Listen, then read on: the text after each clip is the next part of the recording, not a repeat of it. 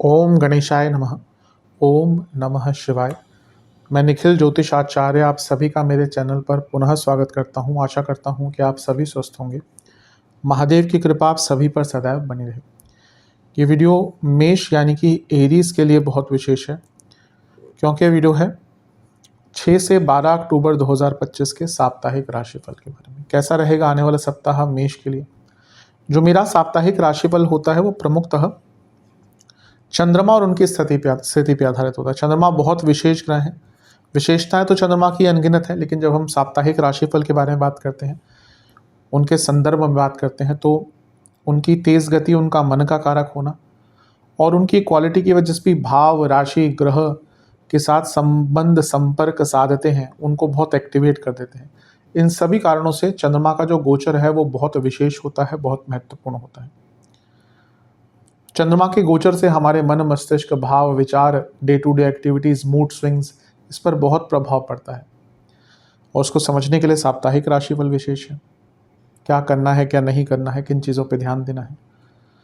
जैसा मैं हर बार कहता हूँ कि हमारा जो जीवन है बहुत अंधकारमय है, और ज्योतिष एक मात्र विद्या है आज के टाइम में जो हमें थोड़ा बहुत मार्गदर्शन दे सकती है। भले ही ये जो राशिफल हैं ये सामान्य आधार पर दिए जाएं, लेकिन एक जनरल गाइडेंस के लिए, डूज एंड डोंट्स के लिए बहुत उपयोगी होते हैं।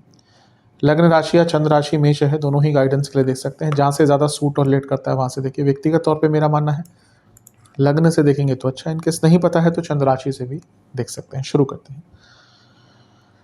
चंद्रमा आपके 12वें घर यानी कि मीन में प्रवेश कर जाएंगे। ये होगा 6 तारीख को अर्ली मॉर्निंग 1 AM के आसपास, यानी कि रात के समय मान लीजिए, या फिर 1 AM 1 बजकर जो मॉर्निंग का 1 AM होता है उस समय पर चंद्रमा गोचर करेंगे और मीन में प्रवेश कर जाएंगे, शनि के साथ बैठेंगे।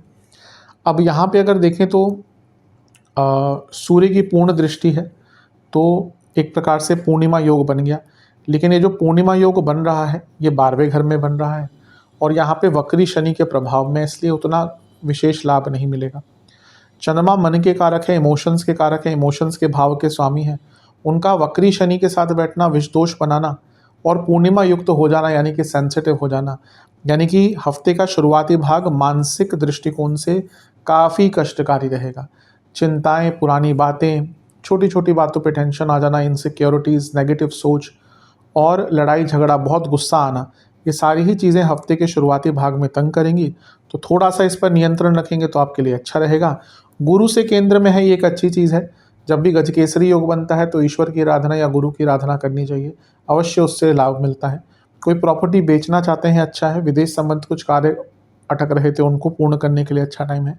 लेकिन मानसिक दृष्टिकोण पर ध्यान दीजिएगा, किसी की बातों में मत आइएगा, कोई उधार किसी को मत दीजिएगा। नवांश कुंडली अंकित कर रही है कि कम बोलिएगा, शांत रहिएगा। दशांश कुंडली कार्य क्षेत्र में भी बहुत मधुर बोलिएगा, उपयोगी होगा। बिजनेस, कोई अलग कार्य नहीं करना। अगर पार्टनरशिप वाला बिजनेस है तो एक अच्छा रिलेशनशिप बनाकर रखें पार्टनर से। लव लाइफ में थोड़ी क्रिएटिविटी की आवश्यकता है, चीज़ें बोरिंग हो रही हैं। वैवाहिक जीवन, अंडरस्टैंडिंग की कमी है। जहाँ तक स्टूडेंट्स की बात है, एक ही दिक्कत है कि आप बहुत ज़्यादा एक्सपेक्टेशन बनाकर बैठे हैं अपने आप से, लेकिन उसके लिए कुछ कर नहीं रहे। सेहत के दृष्टिकोण से एंग्जाइटी, स्लीप डिसऑर्डर, नसों के रोग, सर्वाष्टक में आपका चौथा भाव अत्यंत बली है। ये अंकित कर रहा है कि इमोशनली हफ्ते का शुरुआती भाग बिल्कुल भी इजी नहीं रहेगा। घर में कलह कलेश, माताजी की सेहत खराब और घर में उच्चाट सा माहौल रह सकता है। 8 तारीख सुबह के 2 बजे चंद्रमा लग्न में आ जाएंगे और 10 तारीख सुबह के 2 बजे तक यहीं पर रहेंगे। चंद्रमा का लग्न भाव में आना फिर भी अच्छा होता है। केंद्र के स्वामी है, केंद्र में बैठकर राजयोग बना रहे हैं और यहाँ पर वो लग्नेश मंगल से दृष्ट है, यानी कि चंद्र मंगल योग जो धन का कारक होता है। मंगल प्रॉपर्टी के कारक हैं। चंद्रमा चौथे घर के स्वामी हैं। कोई प्रॉपर्टी खरीदनी है उसके लिए अच्छा टाइम है। बुध मंगल की जोड़ी ऑलरेडी बनी हुई है, इस पर वीडियो मैंने बनाई ही थी। कोई प्रॉपर्टी का लीगल कार्य पूर्ण करना है उसके लिए भी अच्छा टाइम है। और मंगल अष्टमेश अभी है, अचानक से धन के नए स्रोत खुल सकते हैं, बहुत अच्छा है। बस ये ध्यान रखिएगा, चंद्रमा मेष राशि में है, मंगल की दृष्टि है और केतु की दृष्टि भी है। सभी ये चीज़ें अग्नि तत्व की हैं। मेष राशि की बात कर लीजिए, मंगल की बात कर लीजिए, केतु की बात कर लीजिए, तो गुस्सा बहुत रहेगा। बुध चंद्रमा का आमना सामना, यानी कि कन्फ्यूजन की स्थिति रहती है। तो कन्फ्यूजन और एग्रेशन, इन दो चीज़ों से बच के रहना है। प्रॉपर्टी के लिए अच्छा टाइम है, रिकॉग्निशन के लिए अच्छा टाइम है। हफ्ते के शुरुआती भाग में जो नकारात्मकता आई थी उससे बहुत हद तक सुधार आपको देखने को मिलेगा। कॉन्ट्रास्टिंग डिफरेंस यहाँ पर आपको देखने को मिल सकता है। चंद्रमंगल योग जो लोग नॉर्मल से हटकर कुछ कार्य करते हैं, अनकन्वेंशनल कार्य करते हैं, उनके लिए भी लाभान्वित होता है। और क्योंकि बुध की दृष्टि है जो 2 उपचय भावों के स्वामी हैं, यानी कि हर कार्य में एक गति भी मिलेगी। तो अब देखिएगा आप कि जो शुरुआती भाग है और मध्य भाग है उसमें ज़मीन आसमान का फर्क आपको देखने को मिलेगा। नवांश कुंडली बता रही है कि यहाँ पे जीवन का बैलेंस वापस आएगा। दशांश कुंडली कार्य क्षेत्र में सब अच्छा है, जॉब चेंज करने का प्रयत्न कर रहे थे, मौके मिलेंगे। बिजनेस में मैं यही कहूँगा कि अपने बिजनेस की स्ट्रेंथ को बढ़ाइए, पॉजिटिव पॉइंट्स पर काम कीजिए, ये टाइम अच्छा है उसके लिए। लव लाइफ आराम से बातचीत कीजिएगा, ईगो मत दिखाइएगा वाणी में, बिल्कुल भी तनिक भी।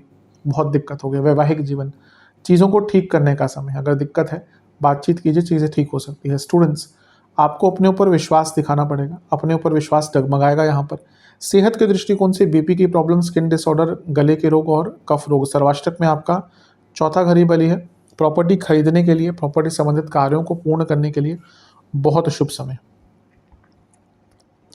10 अक्टूबर आ जाएंगे चंद्रमा आपके धन स्थान में वृषभ में सुबह के 2 बजे और सप्ताह के अंत तक यहीं पर रहेंगे। इससे एक दिन पहले शुक्र का गोचर हो जाएगा, वो आपके छठे भाव में चले जाएंगे, यानी कि कन्या में। कोई इम्पैक्ट नहीं है, लेकिन फिर भी मैंने दिखा दिया। चंद्रमा उच्च के हो गए, अच्छा है। धन स्थान में वैसे भी चंद्रमा का आना अच्छा होता है, उच्च के हो गए और भी श्रेष्ठ है, श्रेष्ठतम है। चौथे घर के स्वामी ही अपने से लाभ में बैठे हैं, यानी कि घर में पैसा आएगा, प्रॉपर्टी से पैसा आएगा, कोई प्रॉपर्टी रेंट आउट करनी है उसके लिए अच्छा टाइम है। फिर से मंगल की दृष्टि है तो चंद्रमंगल योग बन ही रहा है और यहाँ पे शनि की दृष्टि भी है। अब ये थोड़ी सी गड़बड़ हो गई। मंगल की दृष्टि अकेले चंद्रमा पर ठीक है, गुस्सा वगैरह आता है, लेकिन मंगल और शनि दोनों का प्रभाव बहुत अच्छा नहीं होता। अच्छी चीज़ यह है कि शनि भी आपके दशमेश लाभेश हैं, मंगल सप्तम भाव में बैठे हैं, तो कुछ लोगों के प्रमोशन के या रिकॉग्निशन के मौके उनको मिल सकते हैं। विदेश से पैसा आएगा, बिजनेस से पैसा आएगा, इसमें कोई दो राय नहीं। लेकिन विषदोष बन रहा है और वो भी वाणी के स्थान में बन रहा है, यानी कि वाणी को लेकर बहुत ज़्यादा केयरफुल आपको रहना है। और क्योंकि मंगल शनि दोनों का प्रभाव है, वाणी में उग्रता झलकेगी। आप भले ही नॉर्मल चीज़ बोलें, लोगों को लगेगा आप निंदात्मक हैं, व्यंग्यात्मक हैं, तुलनात्मक हैं या फिर बहुत ज़्यादा उग्र हैं। तो अपनी वाणी पर बहुत नियंत्रण रखने की आवश्यकता है, क्योंकि वाणी के लिए या वाणी के कारण ही बहुत प्रॉब्लम होगी। और ये शनि वक्री हैं, आप बोलेंगे कुछ, लोग कुछ और समझेंगे। और मंगल का प्रभाव जो अष्टमेश है, गलत जगह पर गलत चीज़ों का या वाणी का या वचनों का या शब्दों का उपयोग करेंगे, तो थोड़ा सा केयरफुल रहिएगा। नवांश कुंडली बता रही है कि धन तो आएगा, बस थोड़ा सा अपने ऊपर नियंत्रण रखिएगा वाणी के दृष्टिकोण से। फिर से कहूँगा, दशांश कुंडली कार्य क्षेत्र में पैसा बढ़ेगा। बिजनेस में कम्युनिकेशन गैप दिख रही है, स्पेशली पार्टनर्स के साथ या इवन क्लाइंट्स के साथ। लव लाइफ, थोड़ा एक्सेप्टेंस रखिएगा अपने मन में, अपने पार्टनर को लेकर। एक्सेप्टेंस बहुत इंपॉर्टेंट होता है, नहीं है एक्सेप्टेंस तो दिक्कत बढ़ती है। वैवाहिक जीवन की जहाँ तक बात है, कुछ नयापन लाने की कोशिश कीजिए। ऐसा लग रहा है कि चीज़ें बहुत बोरिंगनेस की तरफ जा रही हैं। जहाँ तक स्टूडेंट्स का दृष्टिकोण है, थोड़ा मेडिटेशन कीजिए। हफ्ते का अंतिम भाग वैसे तो ठीक है, लेकिन क्योंकि चंद्रमा उच्च के हैं, शनि मंगल का प्रभाव है, तो मन बहुत बहकेगा, भटकेगा। तो इस भटके हुए और बहके हुए मन को शांत करने के लिए ईश्वर की आराधना अवश्य कीजिएगा। सेहत के दृष्टिकोण से दांतों, आंखों की प्रॉब्लम, बीपी की प्रॉब्लम, नसों के रोग और फूड एलर्जीज हो सकती है या फूड इन्फेक्शंस हो सकते हैं। सर्वाष्टक में आपका चौथा भाव बली है। फिर से कहूँगा, प्रॉपर्टी से संबंधित कुछ कार्य पूर्ण करने के लिए हफ्ते का ये वाला भाग भी जो है वो आपका काफ़ी अच्छा है। उपाय के स्वरूप में बजरंग बली को नारियल की बर्फ़ी का भोग लगाकर बजरंग बाण का एक बार पाठ कीजिएगा। आशा करता हूँ कि वीडियो आपके काम आएगी। चैनल पर नए हैं, सब्सक्राइब कीजिए, वीडियो को लाइक कीजिए। मिलता हूँ अगली वीडियो में, तब तक के लिए ओम नमः शिवाय।